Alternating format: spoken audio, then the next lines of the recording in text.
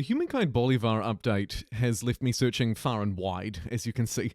Searching for wonders, searching for answers, and searching for why this update is, and I hope to say this without over-exaggerating, probably the best update humankind has seen. Here is what the beta version, and it's important to remember that this is very much a beta version of this update, not scheduled to go live for another 3, maybe 4 weeks yet. Take a look at some of these very impressive changes. From a reworked war system, unique wonders, AI, shifts. It's a big bad boy, and in this video, after some extensive...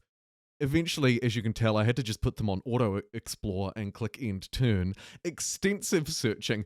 I'd like to show you some of my favorite parts of this update in a little bit of detail to try and show you exactly what it's got to offer. The first one we're going to be starting with is, of course, natural wonders. Huzzah! My first one that I've found in the game. So natural wonders in this update have all been given unique identities, unique yields, some of them impacting more in the early game, others more powerful in the later game. Different yields, you name it, food, science, yields to districts themselves, or perhaps multipliers to a yield that you're already producing, what your citizens are doing. Either way, let me show you a couple that I've found without wanting to become that guy who's probably already updated all of them on the wiki and gone and have a look. Here's a couple of spicy examples. Firstly, take a look here. Take a look at what this glorious mountain does. On hamlets, plus 10 food, money, industry, and science. Also plus 10 stability on city or outpost. Now, I believe these abilities apply only to the territory that the wonder is sitting within. Sometimes it mentions on city like it does with stability, other times it doesn't, but I'm pretty sure they apply exclusively just within the territory. Here you can see Mount Kilimanjaro provides plus 5 influence and plus 5 food on Farmer's Quarter. So unlike the previous wonder that was much more useful obviously toward the later game, this one is an absolute early game powerhouse. Mount Kilimanjaro plus 5 influence, of course, helping us spread early on, claiming loads of territories, and the 5 food on Farmers' Quarters is akin to a really good food luxury, so it's not to be scoffed at, considering you start with it for free, immediately connected. Playing as Harappans and settling on that river would be an absolutely glorious start. But they do leave lots of flexibility, and every single one of them that I've seen, so far anyway, has been fairly unique, but there are many that I'm yet to tick off my list. As a third one and final one, here's Mount Roraima. In this case, providing that classic stability, plus 5 influence, so useful in the early game, and plus 3 industry per worker on the city or outpost. So the more industrial districts you build, the more worker slots you'll have. And of course, infrastructure, civics, other things. You can get a lot of workers in a city, and you can times that number by 3, and that's how much industry this wonder will produce. Powerful, not insane, but powerful enough to be incredibly noteworthy. I think this makes each game of Humankind just that little bit more unique as well. Very cool. The next thing to note, and this is a huge one for helping us as players, the Civics tree has been opened up. Transparent. It's a Panama leak like no other. Lock me up in an embassy for 7 years because here we have every single unlock condition clearly displayed. Simply mouse over a Civic and you can see what you need to do. Right the way through into the late game ones. Here you can see I'm highlighting just a few. This is so good. This is so good. This is a massive quality of life improvement. Previously, the Civics were largely unknown. There were some that I would just literally never get to. And to be honest, couldn't even remember how to get. I mean, this is a massive tree. Web, fan. Probably fan is actually the best thing for the shape. Web, connected. I don't know. Either way, this update is fantastic. Every single Civic is now known. You can go forth and actually beeline for the ones that you want instead of playing guesswork. To accompany this change as well, as a kind of a bonus but also necessary in that they operate within the same system, is stability. The stability surplus is now presented up front. Here you can see the city has a 22% surplus. And one thing that I would note here is that the percent sign means literally nothing. Ignore it. You just need to look at that numeral. In this case, if my city has a 22% surplus, then it has plus 22 stability. That'll make it easier for you when you're trying to plan, okay, so how many districts can I afford to place here?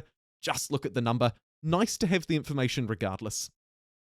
Next up, and perhaps the spiciest of all, because this flows through the entire game. This is the new war system, surrender terms, war support. I'm bundling it into one, but by God, it's a behemoth. Take a look at some of the different things that are playing out in this war that I've just engaged in. I've also just taken their capital. So they've lost 5, or I've actually gained 5, both in this case, from them losing their capital. I'm getting 1 because I have 1 of their cities, but I'm losing war support for declaring that war, for having territories that are influenced by my opponent. Bringing in the world now.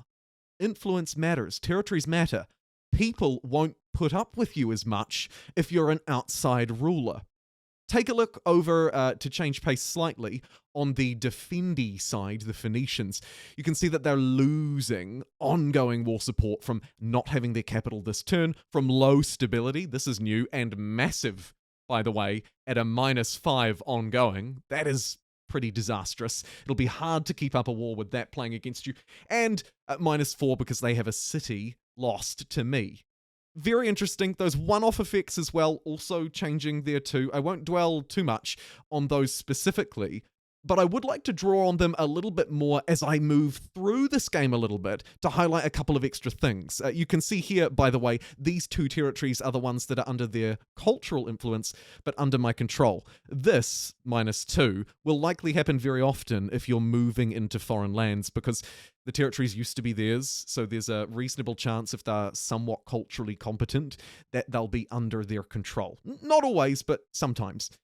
This is the next big change that comes with warfare, and it's about surrenders. Surrender is no longer forced upon us.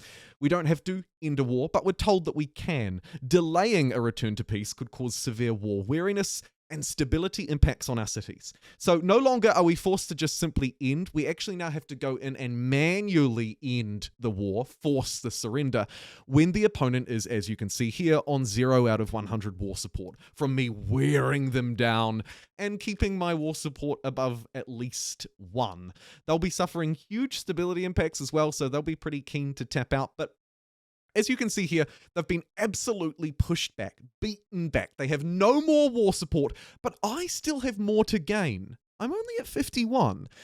The interesting thing here then is not only at the simple level are we able to prolong fights to, say, take more cities, but also, and accompanying that, we're able to prolong fights so long as these negative war weariness penalties aren't too bad. In this case, it's only a -20. I can handily take care of that on the cities that were mine. You can see the ones that were theirs, not so much, right? The war weariness here making a big difference. The overall losses here are equally making a big difference. But the ability to prolong these wars, so long as we can keep up with these stability woes here, you can see it's having a slight difference on the settled nature of the city, enable us to actually force the opponent to give up more territory by starving them out and building up excess war support. This is just scratching the surface. I intend to cover this more in future, but these are my 3 absolutely wampus changes. But there's more where that came from. Of course, these changes aren't all. Take a look at the full list of this beta available from now through until nearly the end of May 30th. We have the reworked surrender system. We have rebalanced war support modifiers. We know those. Stability tooltip. Yup. Disabling pollution effects. One that I haven't covered. You can just turn it off altogether. The administrative center renovation. You can change the way it looks. Automatic mod reloading is nice. The civics we love. Unique wonder effects we also love. Luxury distribution settings. This one's not to be slept on. It will stop, hopefully, all of the luxuries being clustered together. There are 3 different settings for that. Scaling AI difficulty so far seems very good. I like the fact that they're doing a Bolivar Beta AI survey. That's neat. So far it seems good. Very early days though, so that'll require a bit more testing. AI delays, new sortie rules as well will help to hopefully reduce some of the missteps that the AI was making. And lastly, content management as well. We can set the frequency of DLC content except for cultures from the content menu. and new content is highlighted in-game. Overall, it's a huge, big beta patch. Bolivar baby. And if you want to install it yourself, just navigate to Humankind on your Steam library. Head to Properties. Once you're in Properties, head to the Betas tab, select the Bolivar Beta from the drop-down list, and then your game will start downloading. Your Steam will start downloading Humankind, and that'll be reflected by the Bolivar Beta in square brackets over on the left-hand side.